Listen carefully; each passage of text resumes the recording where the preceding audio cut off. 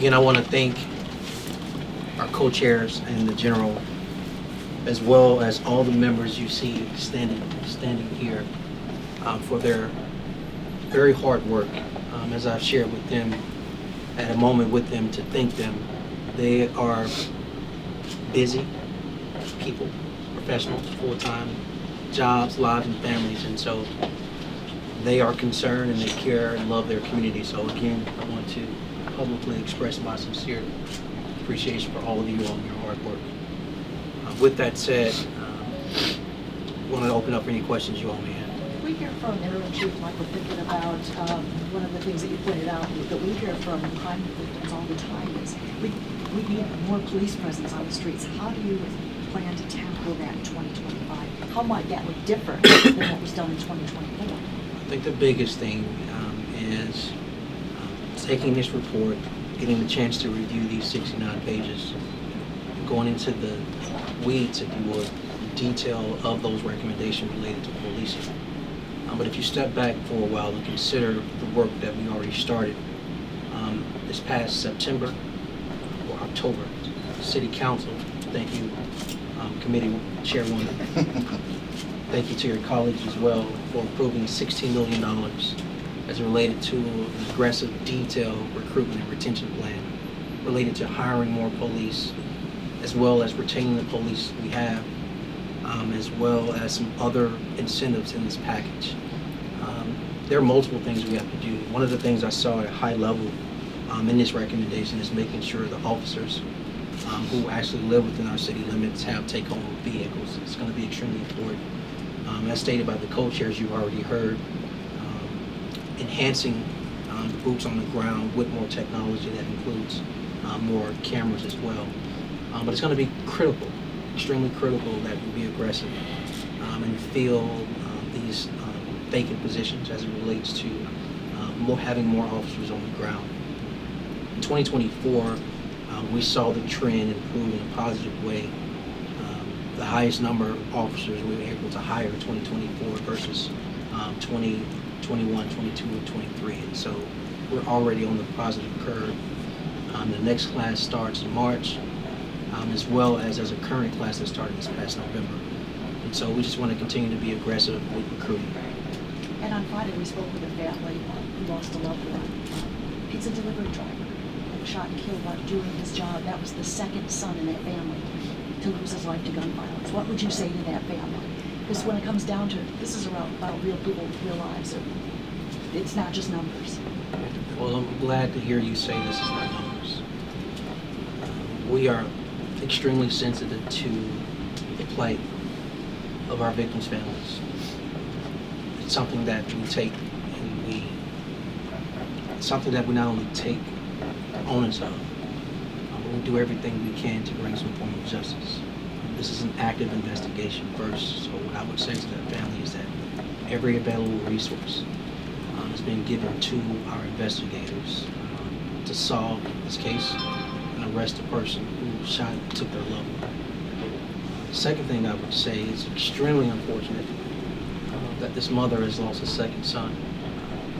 There are too many grieving mothers, too many grieving families in our community. And I think what we want to do, what we need to do, is make sure as leaders in our community, we do everything we can to decrease gun violence in our city. And so we don't have to have other grieving families added to what's been happening in 2024. Mayor, there's been 4 police chiefs under your leadership. I know we have an interim chief right now, but how soon will we see that permanent leadership, and how many leaders within the police department is it going to take under your administration to help curb the violence that we have seen go up at a record number in 2024? There have been 2 police chiefs, Chief Patrick Smith and Chief Thurman. Chief Thurman decided that he wanted to retire. And so with that, we found ourselves in the position of Interim Chief Michael Pickett, who's leading our department now. I want to be very clear. The focus is on making sure the police department has every available resource, 1.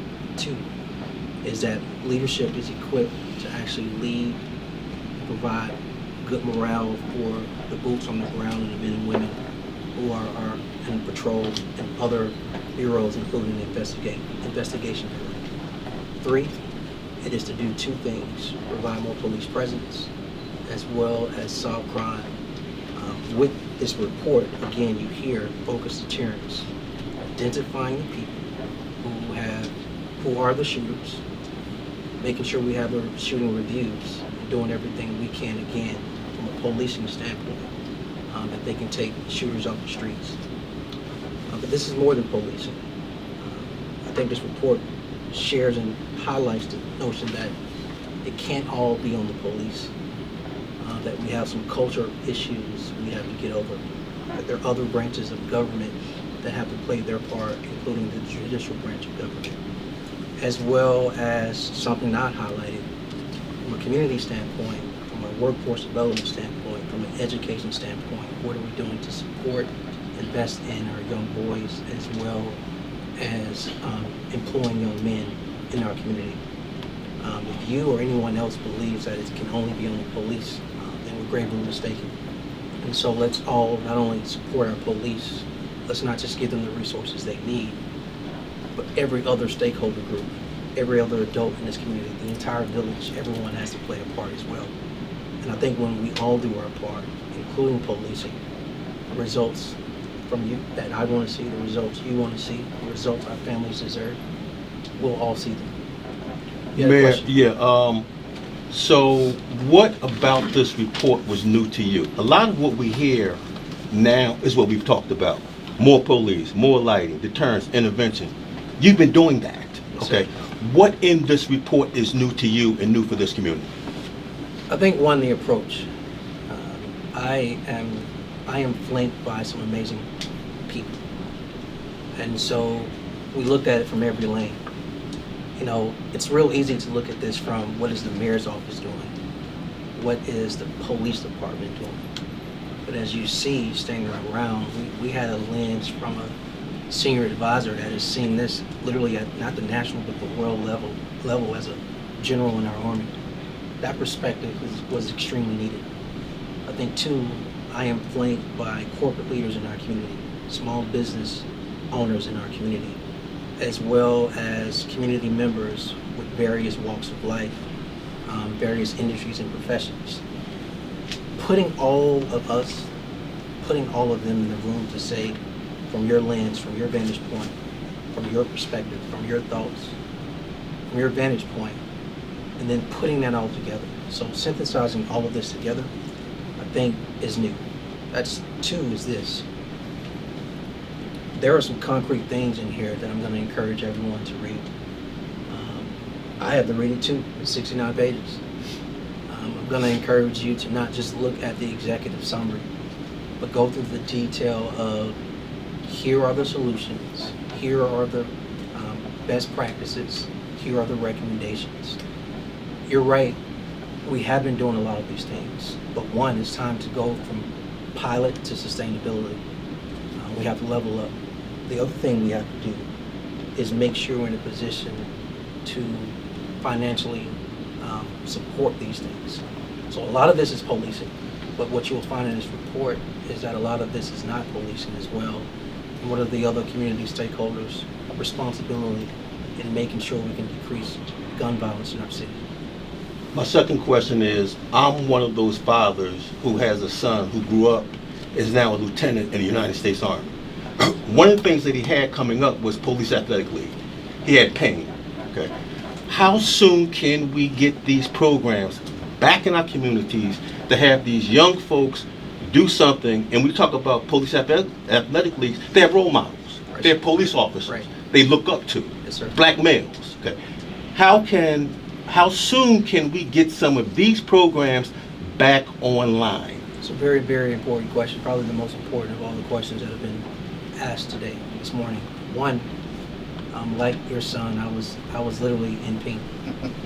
And so I remember, PAT, definitely remember. These programs were tremendous in providing role models as well as a safe haven, if you would, for our young boys in our community. The question was how soon? I believe very soon. Again, thanks to the council, now I'm looking at her, but I'm acknowledging her colleague, JT Moore, with this ARPA funds, just gave a significant amount of funding to PAT. What we want to do, what I want to do is use my convening power to, one, put all the organizations in the room who say they provide some form of after school, some form of extracurricular for our young boys. How robust are they? Are they meeting the mark? Are there resource issues? Are we producing the results we say we want to do? So there are a lot of organizations that exist, but I think it's time to have a comprehensive approach to all the organizations, not just PEEM, not just PAT, but every organization that exists in the city that holds itself out as we exist to support young boys in this community. Here are the resources, activities, programmatic things we provide our youth and our boys. And I think it's time, similar to this, to assess those things. Are they as robust as they need to be? And if they're not, which we can assume there are gaps, then let's take a holistic approach to make sure every little boy, elementary school, middle school, or teenage boys in high school, what are we providing them after school, before school, during school? What programmatic things are we providing them in the summer to make sure we don't lose them to the streets? Thank you. Mayor, earlier you what would you mentioned say to poverty and unemployment, and trying to reach the youth. Some of these people are wearing Gucci and driving nice cars. How do you get them to put aside the drug money that's good money to them and get them to take other opportunities, other employment lawfully in the community? It is a loaded question. Okay, so I think, let's see, how do I approach your question? What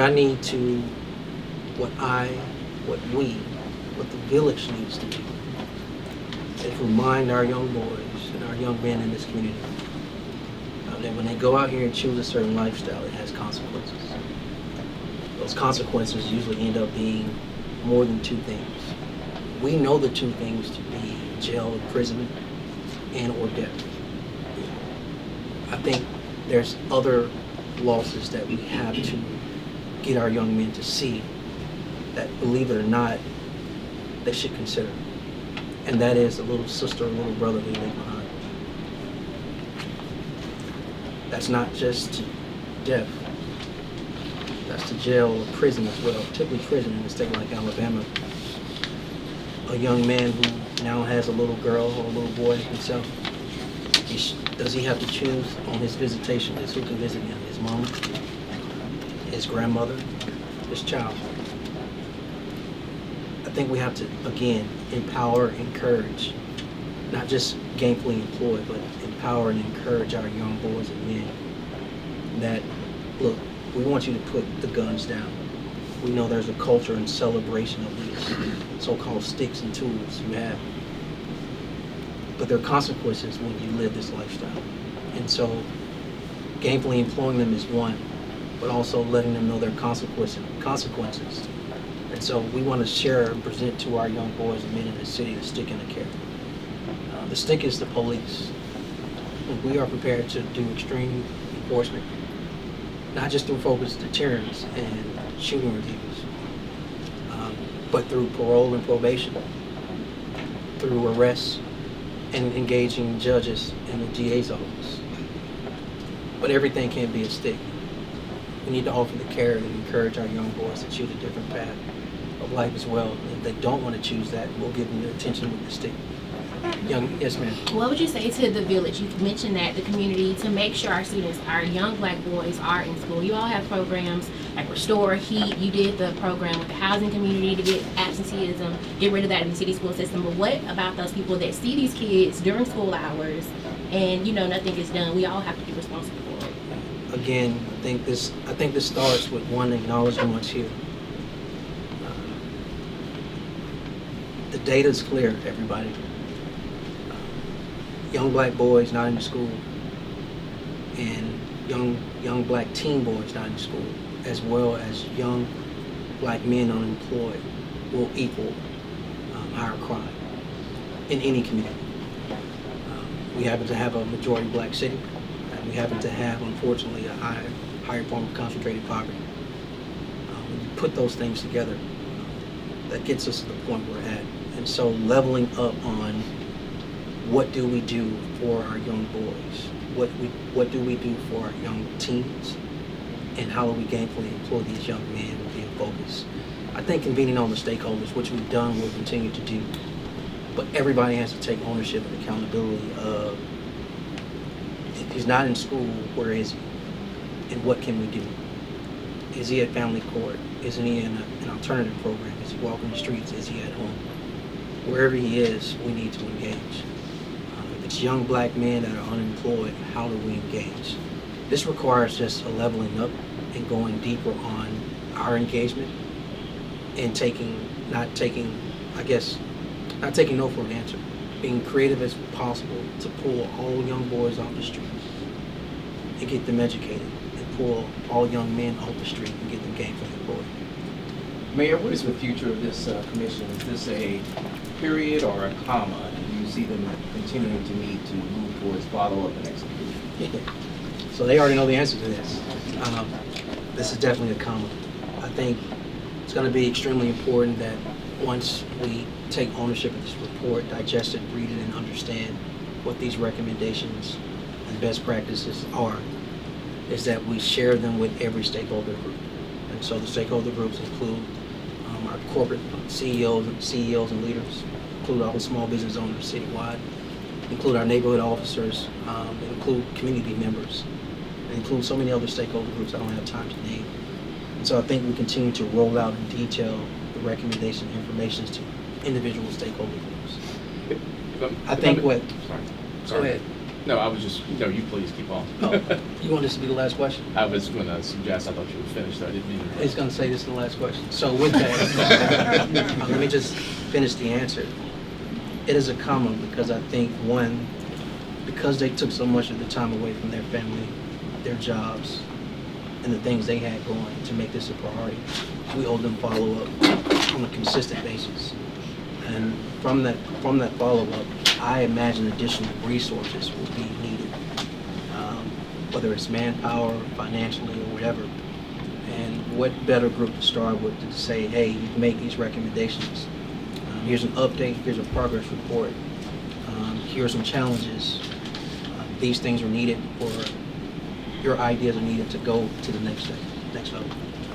So, last question. I'm going to let them go. I can be available for additional questions with Rick and the team.